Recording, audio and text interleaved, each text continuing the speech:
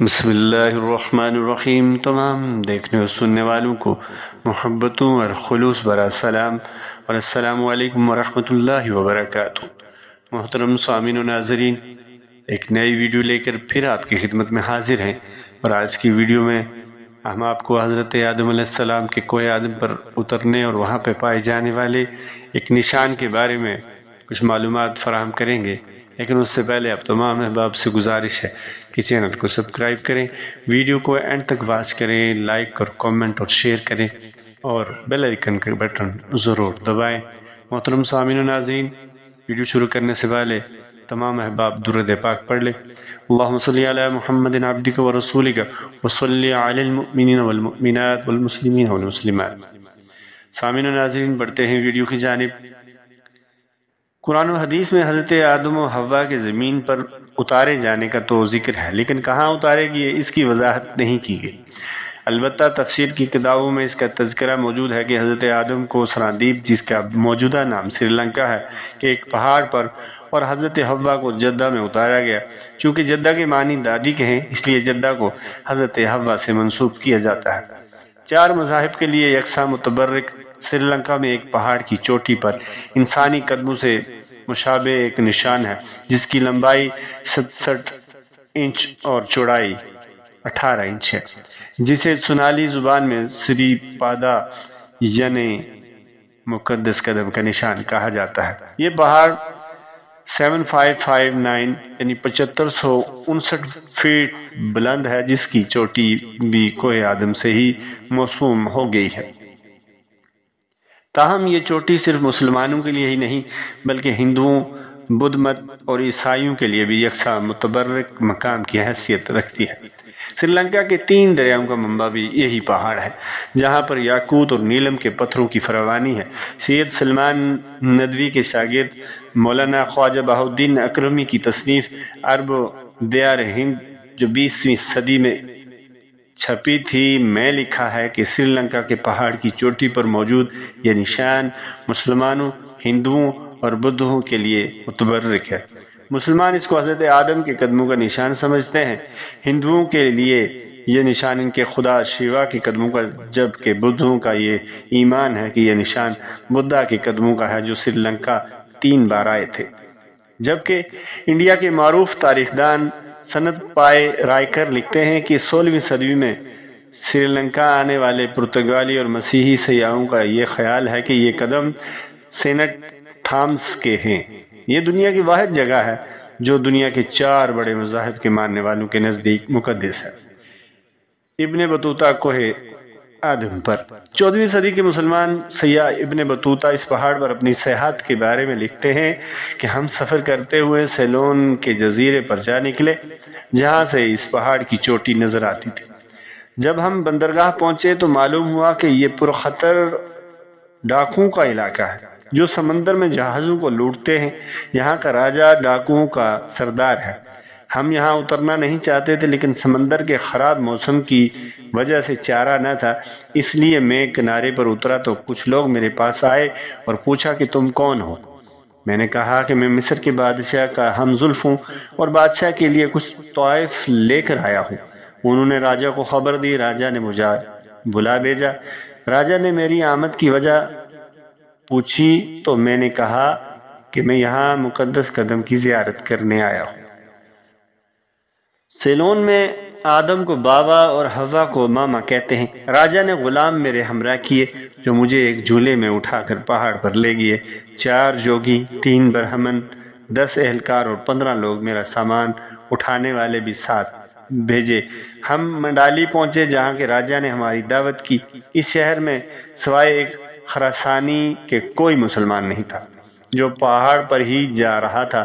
اس کے بعد ایک اور شہر بندر سلاوات پہنچے، جہاں ہاتھیوں کی بہتات تھی۔ ابن بطوطہ لکھتے ہیں کہ پہاڑ کی چوٹی پر جانے کا اولین راستہ شیخ عبداللہ بن حتیف نے دریافت کیا تھا۔ اس سے پہلے یہاں کے کافر مسلمانوں کے ساتھ اچھا سلوک نہیں کرتے تھے، لیکن شیخ عبداللہ بن حتیف کے حسن سلوک سے متاثر ہو کر وہ انہیں شیخ کبیر کے لقب سے یاد کیا کرتے اور مسلمانوں کے بھی تعظیم کرتے تھے اور انہیں اپنے گھروں میں ٹھہراتے تھے۔ اس سے پہلے وہ کسی مسلمان کے ساتھ نہ کھاتے پیتے تھے، نہ ہی لین دین کیا کرتے تھے۔ ابن بطوطہ لکھتے ہیں کہ اس پہاڑ پر یاقوت کی چٹانیں ہیں۔ دریائے یاقوت اور کنکار شہر کے باہر شیخ عثمان شیرازی کی مسجد اور ان کی درگاہ بھی ہے۔ کنکار سے چل کر ہم ایک غار میں پہنچے، اس کو استاد محمود نوری کا غار کہتے ہیں۔ یہ شخص ولی تھا اور اس نے یہ غار پہاڑ کے اوپر ایک چشمے کے کنارے بنایا تھا۔ پھر ایک دریا کو پار کیا تو ایک بڑھیا کا گھر آیا جہاں سے آگے آبادی نہیں ہے۔ اس کے آگے بابا طاہر کا غار ہے، پھر آگے سیبک کا غار آتا ہے۔ سیبک ایک راجہ تھا جو ترک دنیا کے بعد یہاں رہتا تھا۔ پھر ہم ہفت غار کی طرف گئے، وہاں سے عقبہ اسکندریہ کی طرف اور پھر اصفہانی غار کی طرف، پھر چشمہ کی طرف۔ وہاں ایک غیر آباد قلعہ ہے، اس کے نیچے ایک دریا بہتا ہے جس کو غوطہ غا عرفان کہتے ہیں۔ وہاں ایک غار ہے جسے غار نارنج کہتے ہیں۔ وہاں ایک دوسرا غار ہے جسے راجہ کا غار کہتے ہیں۔ اس کے پاس پہاڑ کا دروازہ ہے جس کو جبل سراندیپ کہتے ہیں۔ یہاں بادل نیچے دکھائی دیتے ہیں اور یہ چوٹی سمندر سے بھی دکھائی دیتی ہے۔ یہاں ایسے درخت ہیں جن کے پتے نہیں جھڑتے اور رنگ رنگ کے نکلتے ہیں۔ یہاں ہتھیلی کے برابر سرخ گلاب کا پھول ہوتا ہے۔ لوگوں کا گمان ہے کہ اس میں اللہ محمد کا نام قلم قدرت سے لکھا ہوا ہے۔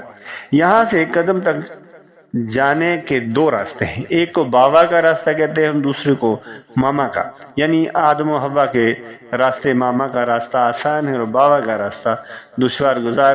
پہاڑ میں سیڑھیاں کھدوائی گئی جن کے ساتھ لوہے کی زنجیریں لگائی ہیں، جنہیں پکڑ کر اوپر کی طرف چڑھنا آسان ہو جاتا ہے۔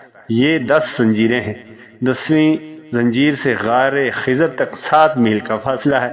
یہاں سے زائرین قدم کی طرف بڑھتے ہیں اور چڑھتے جاتے ہیں۔ یہ قدم بابا آدم کے قدم کا نشان ہے جو ایک سخت سیاہ پتھر میں ہے جو سطح سے اونچا ہے اور میدان میں ہے۔ قدم مبارک پتھر میں گھسا ہوا تھا اور اس کا نشان بن گیا۔ یہاں اہل چین آتے تھے، وہ انگوٹھے کی جگہ کو پتھر میں سے توڑ کر لے گئے تھے اور جا کر شہر زیتون کے ایک مندر میں رکھ دیا تھا۔ ہندو زائرین یہاں پتھر میں سونا اور چاندی رکھ جاتے ہیں، اس لیے فقیر جب غار خضر میں پہنچتے ہیں تو ان کی کوشش ہوتی ہے کہ سب سے پہلے پہنچ کر جو سونا چاندی موجود ہو اسے لے لیں۔ ہم جب وہاں پہنچے تو اس میں تھوڑا سا سونا اور جوہرات موجود تھے۔ دستور یہ ہے کہ ظاہر لوگ 3 دن غار خضر میں قیام کر کے یہاں حاضری دیتے ہیں۔ تاریخ کیا کہتی ہے؟ تاریخ یہ کہتی ہے کہ کوہ آدم کا پہلا تذکرہ ہمیں وہاں کے ایک بادشاہ وجے باؤ اول کے ہاں ملتا ہے، جس کا دور 1055 سے 1110 قبل مسیح کا ہے۔ وہاں ایک پتھر پر کندہ ہے کہ بادشاہ نے گلمالے گاؤں کے لوگوں کو تاکید کی ہے کہ وہ یہاں آنے والے ظاہرین کا خیال رکھیں۔ اسی دور میں یہاں پہاڑ پر چڑھنے کے لیے راستے بنائے گئے۔ بادشاہ نسان کمالہ، جس کا عہد 1187 سے 96 تک کا ہے، کے دور میں یہاں قدم کے ارد گرد مضبوط حد بندی کی گئی۔ بادشاہ پارا کرما دوم، جس کا عہد 1225 سے 69 عیسوی کا ہے، اس کے وزیر دیوا پرتھی راجہ نے پہاڑ پر چڑھنے کے لیے سیڑھیاں بنوائیں اور ان کے ساتھ لوہے کی زنجیریں لگائیں تاکہ ظاہرین انہیں پکڑ کر اوپر چڑھ سکیں، جبکہ بعض محرکین کہتے ہیں کہ لوہے کی زنجیریں یہاں سکندر اعظم نے لگوائی تھیں۔ حالانکہ سکندر اعظم کے سری لنکا آنے کی کوئی تاریخ شواہد دستیاب نہیں ہے۔ کوہ آدم کا ذکر 6 صدی عیسوی میں لکھی گئی تامل کی رزمیہ نظم مان کالیس میں بھی آیا ہے، جسے جوہرات کا جزیرہ کہا گیا ہے۔ چینی سیاح فاہین بھی یہاں 5ویں صدی کے اوائل میں آئے تھے۔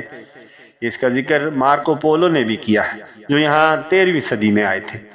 تاہم 19ویں صدی میں کئی یورپی سیاحوں نے بھی اپنے سفر ناموں میں اس کا ذکر تسلسل کے ساتھ کیا ہے۔ یونیسکو کے مطابق یہاں سالانہ 20 لاکھ لوگ آتے ہیں۔ سری لنکا کی اساطیری روایات پر مشتمل کتاب مہاوسما کے مطابق بدھا 550 قبل مسیح میں سری لنکا آئے تھے، جنہوں نے ایک قدم انورادھا پورا میں دوسرا سرپادا کوہ آدم پر رکھا تھا۔ ماہرین آثار قدیمہ نے یہاں کی غاروں میں 30,000 سال پہلے کی انسانی شواہد کا بھی پتہ لگایا ہے، جن کے مطابق یہاں پر گندم اور جو کی کاشت کے ثبوت بھی ملتے ہیں۔ محترم سامعین و ناظرین، یہ تھی آج کی ویڈیو جو کہ بہت ہی دلچسپ معلومات پر مشتمل تھی۔ ہم نے آپ کے سامنے اختصار کے ساتھ آپ کو کچھ معلومات فراہم کرنے کی کوشش کی، اور ہم کتنے کامیاب ہوئے یہ آپ اپنے کامنٹ میں ضرور بتائیے گا۔ اگلی ویڈیو تک کے لیے ہم کو اجازت دیجیے۔ اللہ تعالی ہم سب کو اپنے حفظ و امان میں رکھے۔ اللہ نگہبان۔